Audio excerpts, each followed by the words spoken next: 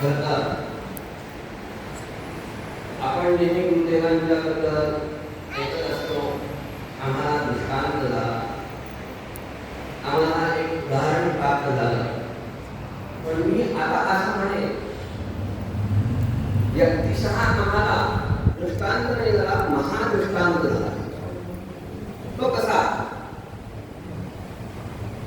अतिशय विचित्र आणि विलक्षण अशा पद्धतीने हा भागवत सप्ताह हा जो आहे हा इथं गुरुदेवांच्या आशीर्वादामुळेच हा संपन्न झालेला आहे. अन्यथा हा होणं शक्य नाही. आपल्याला असं वाटेल की मी असं का म्हणतोय, अधिक महिना आला की भागवत सप्ताह हे जे असतात सगळे करत असतात, त्याप्रमाणे अधिक महिना आल्यानंतर शास्त्रीजींचे हळूहळू भागवत सप्ताह ठरायला लागले. म्हणजे आज जो आपण इथं सप्ताह केलेला आहे 4 तारखेपासून तो पहिल्यांदी ही तारीख जी आहे ही आमची मुंबईच्या आपल्या तिथे असणाऱ्या गुरुभक्तांच्या ठिकाणी ठरलेला आहे.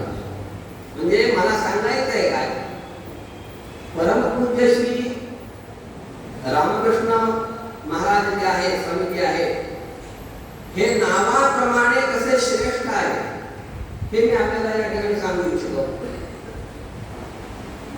म्हणजे 4 तारखेपासूनची तारीख आमची गेली होती. त्याच्यानंतर 18 तारखेपासून म्हणजे सुरुवातीला 18 तारखेपासून पुणे सत्संग मंडळामध्ये आमचा भागवत सप्ताह होता. म्हणजे 2 तारखा गेल्या होत्या.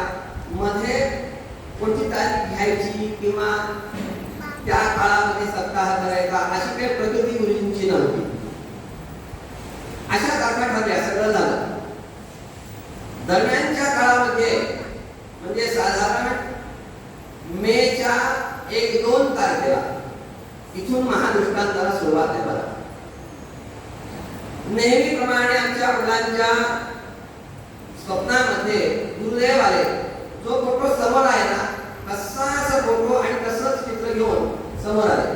नेहमीच येतात. पण अशा पद्धतीचं स्वप्न पडलं की एक साधारणतः कार्यकारणावर ठरलेले आहे की आता आपल्याला नगरचं निमंत्रण येणार. भागवत सप्ताह करण्याकरता आपल्याला नगरला जावं लागणार आहे. यांनी स्वप्न जेव्हा सांगितलं तेव्हा मी म्हटलं अहो आता तारखाच नाही आहे. त्यांनी सांगितलं नाही.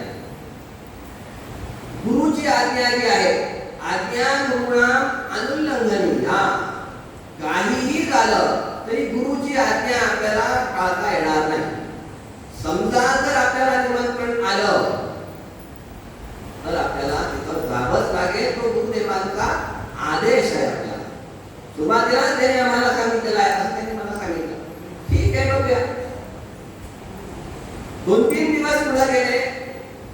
हे अगदी जवळच्या काळामध्ये घडलेलं आणि असं कानावर ऐकूया लागलं की नगरला सप्ताह ठरला. पण तो सप्ताह जो आहे इतर कुणाचा तरी ठरला किंवा असं काहीतरी कानावर यायला लागलं. आणि याच्यामध्ये ठीक आहे, हरकत नाही, खाली नाहीच आहे. पुन्हा 2 दिवस गेले. वडील आम्हाला म्हणतात असं होणार नाही. गुरुदेवांनी मला दृष्टांत दिलेला आहे, आपल्याला नगरला जायचंच आहे असं त्यांनी सांगितलं. कुठंही व्यवहारदृष्ट्या सुद्धा हे शक्य नव्हतं आणि अलौकिक दृष्ट्या तर आपल्याला ज्ञानच नाही. या काळामध्ये झालं काय, 2-3 दिवसानंतर स्वप्नामध्ये गुरुदेव आल्यानंतर अगदी 2-3 दिवसांनीच जिथं आपल्या गुरुबंधूंचा सप्ताह मुंबईला ठरला होता त्यांच्या रजा कॅन्सल झाल्या. कसं झालं पहा. त्यांच्या रजा कॅन्सल झाल्या म्हणजे झालं काय, 4 तारखेपासून ज्या तारखा गेल्या होत्या बरोबर आम्ही तिथं सुटलो झालं. पण अजून इथं काही निमंत्रणच नाहीये. हे सगळं आहे. म्हणजे आता काय झालं, आता फक्त आपल्याकडं पुणे सत्संग मंडळाचा 18 तारखेपासूनचा सप्ताह आहे. असं सगळं घडत होतं. इकडं काहीतरी थोडंसं सप्ताह होणार आहे, असं होणार आहे का नव्हतं. आणि म्हटलं अहो असं आहे, आपला सप्ताह नाही आहे. आपण दुसरं कार्य घेऊ शकतो, कारण इकडचाही रद्द झाला. यांचं म्हणणं काय नाही, गुरुदेव हे असत्य स्वप्नामध्ये सुद्धा बोलू शकत नाही. माझा हा अनुभव आहे, अशा पद्धतीने हे जेव्हा येतात माझ्या स्वप्नात तेव्हा मला नगरला जावं लागतं. म्हणून त्यांनी काय सांगितलं, आमच्या लक्षणामध्ये आलं, गुरुदेवांच्या नावामध्ये काय राम आणि कृष्ण असं आहे. राम हे नाव सार्थक ते करणारच. राम नाव सार्थक केव्हा होतं, रामाचं जीवन जर आपण पाहिलं तर ते जीवन त्यांनी कसं कशा करता व्यतीत केलेलं आहे, सत्यतेसाठी व्यतीत केलेलं आहे. म्हणून रामाला दुसरं नाव काय आहे, सत्यव्रत. सत्यव्रतम यस्य सः सत्यव्रतः. सत्य हेच ज्यांचं जीवनाचं व्रत आहे असे रामचंद्र आहे. आणि गुरुदेव सुद्धा हे असेच आहेत. पहा म्हणे काहीतरी घडेल आणि आपल्याला जावं लागतंय की पहा. अशी सगळी चर्चा झाली. पुढं 2-3 दिवस गेल्यानंतर साधारणतः 10-11 मे उजाडलं. एक वेगळीच आपत्ती समोर आली, जी आपत्ती डोक्यात नव्हती किंवा कल्पनाही नव्हती. कोणती आपत्ती, एकदम यांचं ते जे क्रिएटिव्ह म्हणतो ना आपण, ते वाढलं आणि यांना एकदम ऍडमिटच करावं लागलं. 6-7 दिवस ऍडमिट. म्हणजे आता काय झालं, मुंबईचा गुरुभक्तांचा सप्ताह नाही तो रद्द झाला. इथून निमंत्रण अजून आलेलं नाही. आणि आता ज्या गुरुदेवांचं प्रेम किंवा भक्ती बाळ झाले जे पुण्यामध्ये आहेत त्यांचाही सप्ताह आता आमच्याकडनं होईना. एक क्षणभर असं वाटलं, आम्ही जे आहोत ना ते नरसोबाच्या वाडीचे आहेत. असं वाटलं आम्हाला, गुरुदेव आमच्यावर चिडलेली काय घडलं असं. सगळी समस्या सगळ्याच गोष्टी अशा विचित्र घडायला लागल्या. आम्ही पुण्यामध्ये सांगून ठेवलं होतं की आम्ही येतोय. साधारणतः पुण्यातल्या लोकांना म्हणजे पटवर्धन साहेब म्हणा किंवा हिरे साहेब म्हणा यांना आम्ही हळूहळू कल्पना द्यायला लागलो की शास्त्री बुवांची प्रकृती याही कालावधीत लागलेली आहे. आज आपल्याला हे असं बोलताना दिसत आहे, पण 12 तारखेला मेच्या जर आपण ऐकलं असतं त्यांचं बोलणं, एकही अक्षर तुम्हाला समजलं नसतं. त्यांना बोलताच येत नाही. अशी अवस्था होऊन नसते. आणि आम्ही सांगितलं की नाही म्हणे आता आम्हाला येणं शक्य नाही. म्हणजे हे सगळं घडलं हॉस्पिटलमध्ये असताना. आता हे सांगतो बरं, हॉस्पिटलमध्ये असताना काय जादू झाली आम्हाला माहित नाही. नगरवरून भार्गवजींचा फोन आम्हाला आला. कसं घडलं, आम्ही हॉस्पिटलमध्ये होतो, त्यांना आम्ही काहीही सांगितलं नाही. नगरमधून फोन आला की अशा तारखेला आपल्याला असा सप्ताह करायचा आहे. हेच मी बोलू नाही, शास्त्रीजींना म्हणलं असं आहे, आपलं शक्य आहे का, नाही तर जसं पुण्यामध्ये घडलं तसं नगरमध्ये नको घडायला. ऐत्या वेळेला रद्द करणं म्हणजे नियोजकांनाही त्रास आणि आपल्यालाही मनाला खातं. पुण्याचा जेव्हा सप्ताह आमच्याकडनं रद्द झाला म्हणजे आम्ही येऊ शकलो नाही, त्यावेळेला एवढा त्रास झाला. जीवनामधला हा पहिला प्रसंग आहे की सप्ताह जवळ आल्यानंतर तो आमच्यामुळे रद्द करावा लागला. अर्थात त्याच्यात आमचा काही दोष नव्हता, आजारीच होते. मग त्यांची सेवा करावी लागत असल्या कारणानं मलाही जाता येणार नाही, तर मी पण करू शकलो असतो. ती पण चर्चा झाली होती. पण इथून फोन आला आणि गंमत सांगतो आपल्याला, 18 तारखेला त्यांना हॉस्पिटलमधनं सोडलं.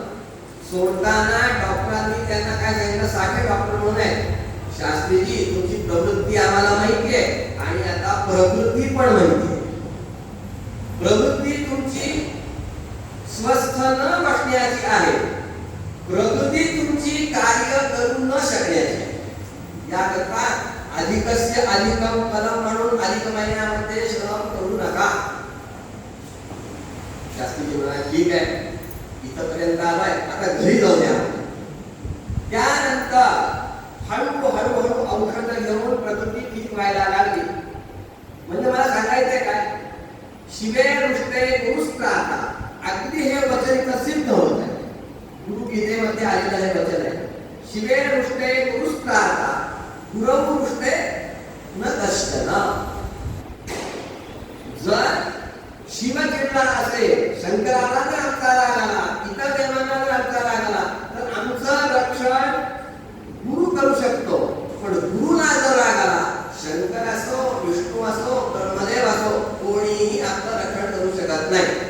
म्हणजे आम्ही ग्रंथ काय लावला, आतापर्यंत आमच्यावर शंकरादी देवता चिडल्या, त्यामुळे कुठलंच कार्य होईल. पण आता काय वाटायला लागलं, जरी शंकरादी देवता चिडल्या असल्या तरी गुरु सत्व, गुरु तत्व हे जे आहे कदाचित आपलं रक्षण करणार. थोडं वृत्ती वाटायला लागलं. आणि यांची प्रकृती आहे भरा भरा भरा भरा सुधारायला लागली. सुधारायला लागल्यानंतर म्हणलं आपल्याला आता निघायचं आहे. तथापि इथं आम्ही साधारणतः 2 तारखेला वगैरे आलो नगरमध्ये. आपण कधी सूर्य विकासी कमळ पाहिले का? कमळ असते, हे कमळ रात्री फुलत नाही. जसं सूर्याची किरण पडायला लागतात तसं तसं ते कमळ हळू हळू हळू फुलायला लागतं, सुंदर दिसायला लागतं. अगदी त्याप्रमाणे नगरमध्ये यांनी आपल्या स्थानामध्ये यांनी पाऊल मात्र ठेवलं. यांचा उत्साह कमळाप्रमाणे फुलायला लागला.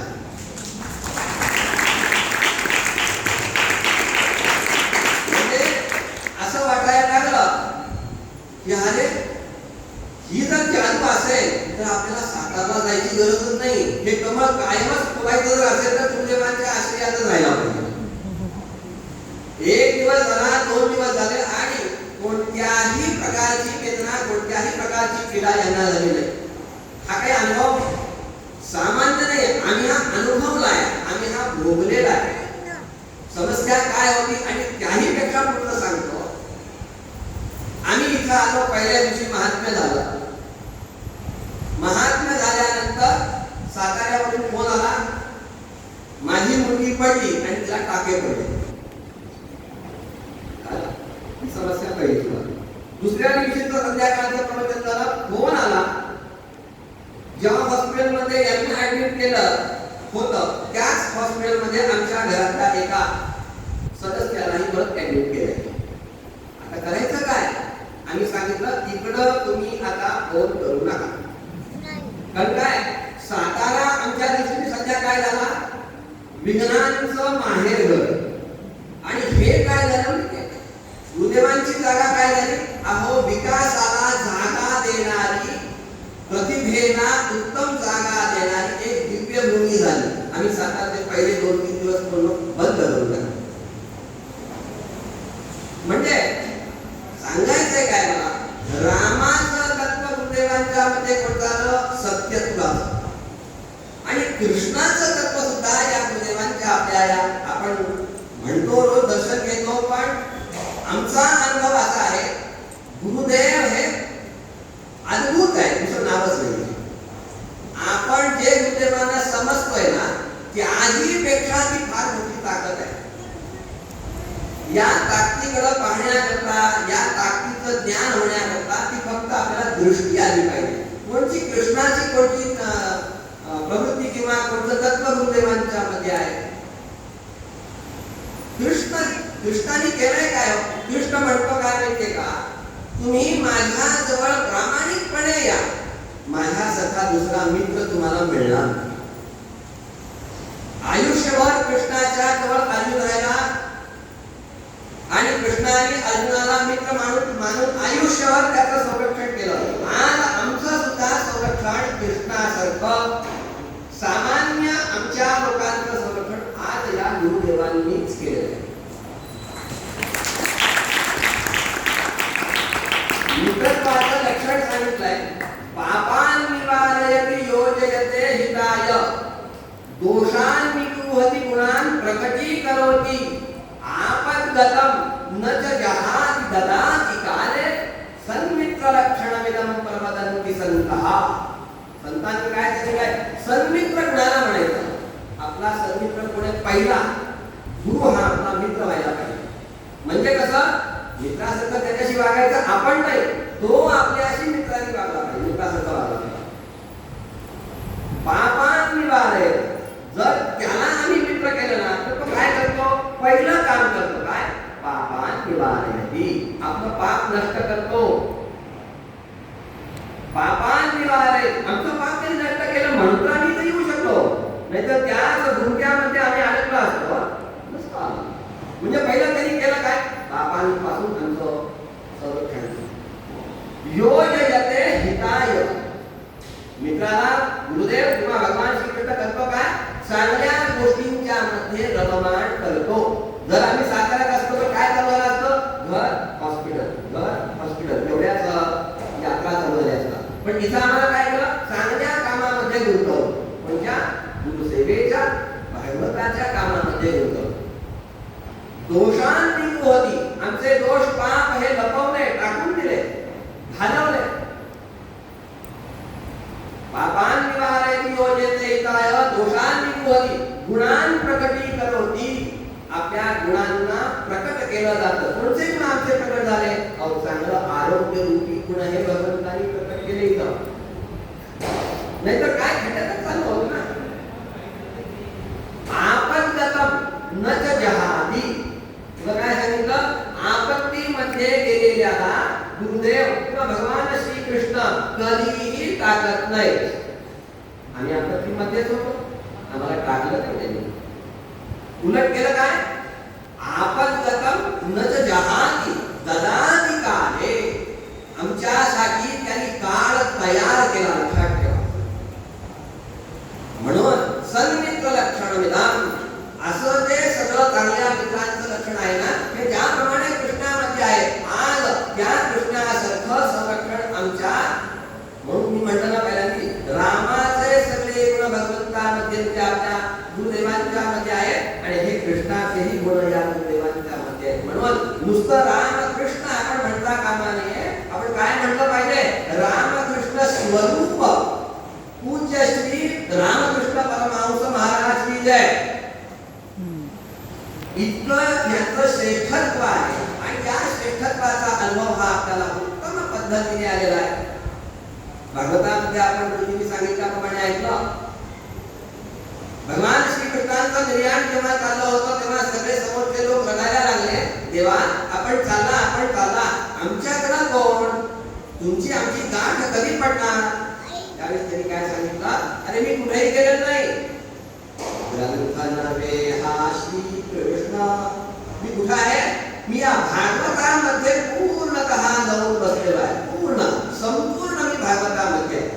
हे जसं भगवान श्रीकृष्णाने सांगितलेलं आहे ना, मी त्याच उत्साहाने, त्याच विश्वासाने आणि या महान दृष्टांताचा अनुभव झाला असल्या कारणामुळं त्याच भावनेने मी आज हे म्हणतो, आपले गुरुदेव कुठेही गेलेले नाहीत, कुठेही जाणार नाहीत, कोणत्याही प्रकारचा मनामध्ये संशय आणण्याची गरज नाही. जसा श्रीकृष्ण भागवतामध्ये बसलेला आहे, आज खेळ आहे, तसे आमचे गुरुदेव या स्थानामध्ये कायम स्वरूपी आहे. फक्त प्रामाणिक भावनेने आम्ही त्यांच्याकडे जायला पाहिजे. आता हा समोरचा फोटो आहे, एखादा मनुष्य गेला तर तो त्यातल्या काहीतरी चुका काढेल, पण एखादा दुसरा मनुष्य गेला तर त्याला त्यातले काहीतरी गुणच दिसतील.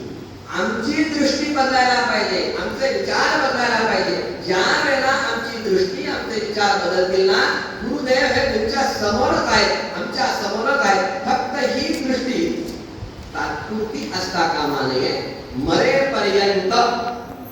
आदिवितंत्रयस्देव्याः वेदान्तः गुरु ईश्वरः आदौ ज्ञानान्तये पश्चात कृतज्ञत्व निवृत्तये. मरेपर्यंत आम्हाला गुरुची सेवा करायला सांगितलंय शास्त्राने, लक्षात ठेवा.